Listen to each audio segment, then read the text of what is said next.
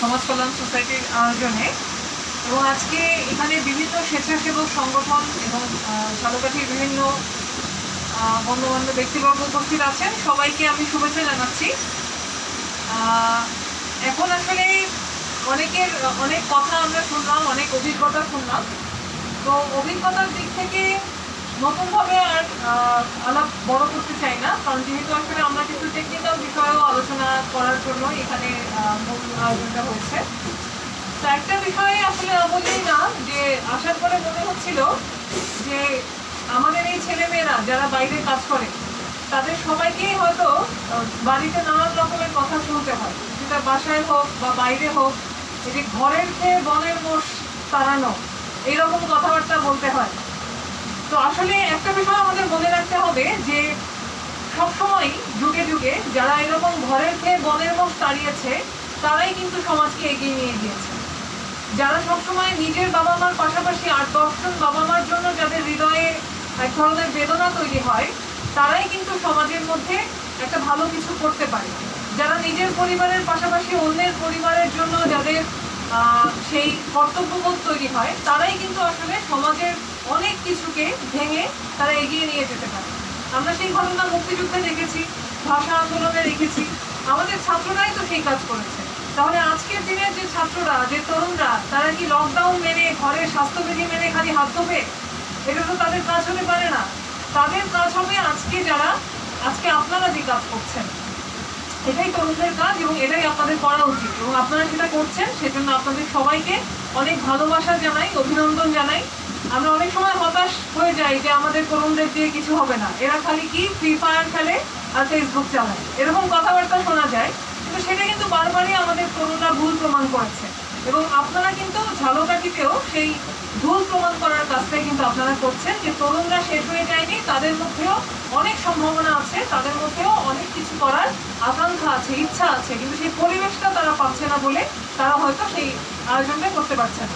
একটা উদাহরণ দেই, কেরালাতে যখন গত বছর যখন প্রথম দিকে লকডাউন চলছিল আর কি, ভারতের অন্য কোথাও এই উদাহরণটা নাই। তারা কি করেছে, তারা 26,000 ছাত্রছাত্রীকে ট্রেন আপ করেছে যে তারা সমস্ত মানুষের বাসায় বাসায় যাবে স্ক্রিনিং করতে, যে আপনার জ্বর হয়েছে কিনা, আপনি করোনার টেস্ট করিয়েছেন কিনা।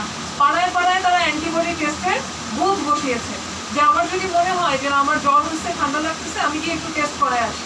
এরকম ভাবে কিন্তু তারা এমন একটা ড্রাইভ দিয়েছিল এবং তরুণদেরকে সেখানে তারা ইনভলভ করার কারণে সেখানে কিন্তু কেরালার সংক্রমণ সবচেয়ে কম ছিল। ভারতের যখন পুরো ভারত যখন হচ্ছে করোনায় হাবুডুবু খাচ্ছে, তখন কিন্তু কেরালা ছিল একটা ব্যতিক্রম, এক্সেপশন। এবং সেগুলি কিন্তু পলিসির কারণে। তো পলিসিও খুব ইম্পর্টেন্ট। আমরা স্বেচ্ছাসেবক হিসেবে আমাদের যে কাজ সেটা তো আমরা করবোই, কিন্তু পলিসিতেও সেই চেঞ্জগুলি আসা দরকার, পলিসিতেও সেই গুরুত্বটা থাকা দরকার। তা না হলে কিন্তু আমার এফেক্টিভ হয় না।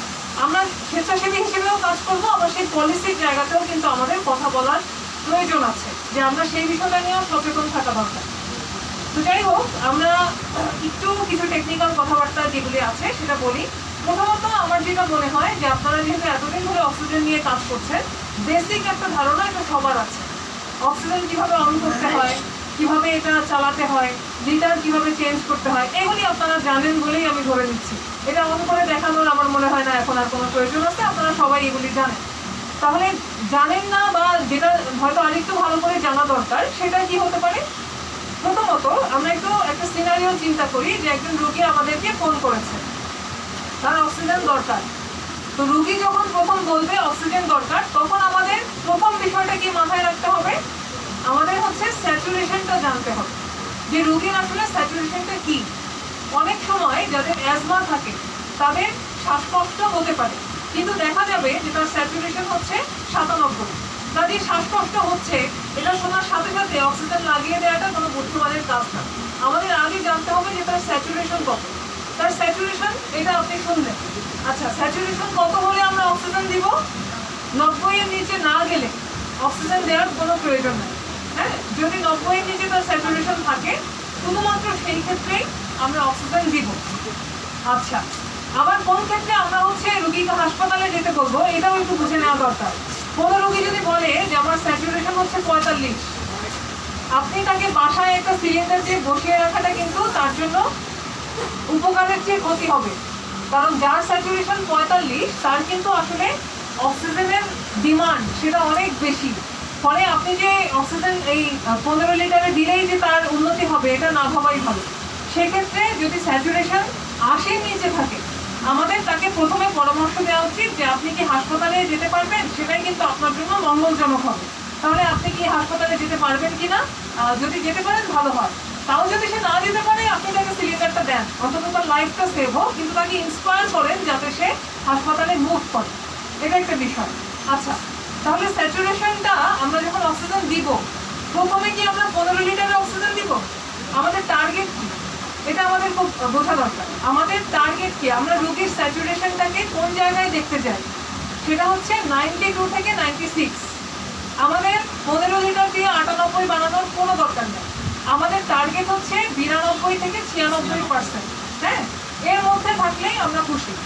তাহলে প্রথমে আমরা 2 লিটার অক্সিজেন দিয়ে সেটা শুরু করব, যে এই 2 লিটারে তার স্যাচুরেশন 92 থেকে 96 এর মধ্যে থাকে কিনা। আমরা দেখলাম যে থাকছে না, তাহলে আমরা আরেক লিটার বাড়াই। কোন লিটারে গিয়ে আমার স্যাচুরেশনটা 92 থেকে 96 এর মধ্যে আছে, এইটাই হচ্ছে আমার টার্গেট। এবং সেটা টার্গেট রাখতে হবে যত কম অক্সিজেন দিয়ে তার স্যাচুরেশনকে এই আদর্শ জায়গায় নেওয়া যায়। কারণ হচ্ছে আমরা বেশি অক্সিজেন দিলে হয়তো খুব র্যাপিডলি ভালো হয়ে যাবে, কিন্তু লাংস ডিপেন্ডেন্ট হয়ে যাবে। তার লাংসের যে নিজস্ব ক্যাপাবিলিটি, নিজস্ব যোগ্যতা, লাংস নিজে নিজে তার অক্সিজেন মেনটেন করতে পারার যে যোগ্যতা, সেইটা যদি হচ্ছে সে অর্জন করতে না পারে, তাহলে কিন্তু সে সবসময় অক্সিজেনের উপর নির্ভরশীল হয়ে থাকবে, এবং এটা একটা সমস্যা। কাজেই আমরা অক্সিজেন দিব, তার জীবন আমরা বাঁচাবো, কিন্তু আবার একই সাথে আমরা এটাও মনে রাখবো যে আমরা যেন তাকে নির্ভরশীল না করে ফেলি। তাহলে কত কম অক্সিজেনে সে তার স্যাচুরেশন মেনটেন করতে পারছে, এটা হবে আমাদের টার্গেট। এবং সেই টার্গেটটা হবে 92 থেকে 96। সেটা 2 লিটারে পারলে 2 লিটারে, 5 লিটারে পারলে 5 লিটারে, আবার কারোর 15 লিটারও লাগতে পারে। সেটা আস্তে আস্তে আমাদের কমানোর চেষ্টা করতে হবে। প্রত্যেক দিনই অন্তত 1-2 লিটার করে প্রয়োজনের অক্সিজেনের মাত্রাটা সেটা কমানো যায় কিনা, এটা রোগীর লোককেও বলে আসতে হবে যে আপনি 1 লিটার কমিয়ে দেখবেন যে এটা মেনটেন হয় কিনা। সেটা তাদেরকেও শিখে দিতে হবে যে আস্তে আস্তে কমিয়ে নিয়ে আসা। এটা একটা বিষয়। আরেকটা গুরুত্বপূর্ণ বিষয় হচ্ছে, আমরা যদি অক্সিজেনটা দিয়ে আসি, প্রথমেই কিন্তু একটা মাস্ক মুখে বসায় দেওয়ার সেটা প্রয়োজন নাই। এটা কিন্তু একটা মাপ আছে, যেটা হচ্ছে যদি 0 থেকে 5 লিটার পর্যন্ত অক্সিজেন আমরা দেই, তাহলে দিতে হবে ন্যাসাল ক্যানুলা দিয়ে, অর্থাৎ নাকের যে পাইপ। হ্যাঁ, এটার দামও কম, কাজে এটা অ্যাফোর্ডেবল, এবং এটাই হচ্ছে এটার জন্য আদর্শ। 5 লিটার পর্যন্ত যে অক্সিজেনটা আমরা দিব, সেটা দিব হচ্ছে ন্যাসাল ক্যানুলা দিয়ে। যদি এই সময় আমরা মাস্ক ব্যবহার করি, তাহলে বেশিরভাগ অক্সিজেন বের হয়ে যাবে। 5 লিটার পর্যন্ত আমাদের নাকের পাইপ দিয়ে দিতে হবে। 5 লিটার থেকে 10 লিটার পর্যন্ত আমাদের দিতে হবে নর্মাল যে ফেস মাস্ক অক্সিজেনের, সেইটা আমরা ব্যবহার করতে পারবো শুধুমাত্র 5 থেকে 10 লিটারের মধ্যে। যদি কারো 10 লিটারের উপরে অক্সিজেন লাগে, তখন এক ধরনের বিশেষ মাস্ক এটা পাওয়া যায়, আপনারা চাইলে একটু নোট করে রাখতে পারেন। এটা হচ্ছে NRM মাস্ক, এটাকে বলে নন রিব্রিদার মাস্ক। হ্যাঁ, 10 থেকে 15 লিটার অক্সিজেন যদি কারো লাগে, এই মাস্কের সাথে একটা বেলুন আছে, এরকম একটা বেলুন থাকে। 10 থেকে 15 লিটার অক্সিজেন দিলে অবশ্যই এই মাস্কটা দিয়ে দিতে হবে। আপনি যদি নর্মাল ফেস মাস্ক দিয়ে দেন আর কি, তখন কিন্তু এই আপনি যে এত অক্সিজেন দিচ্ছেন এটা কাজে লাগবে না।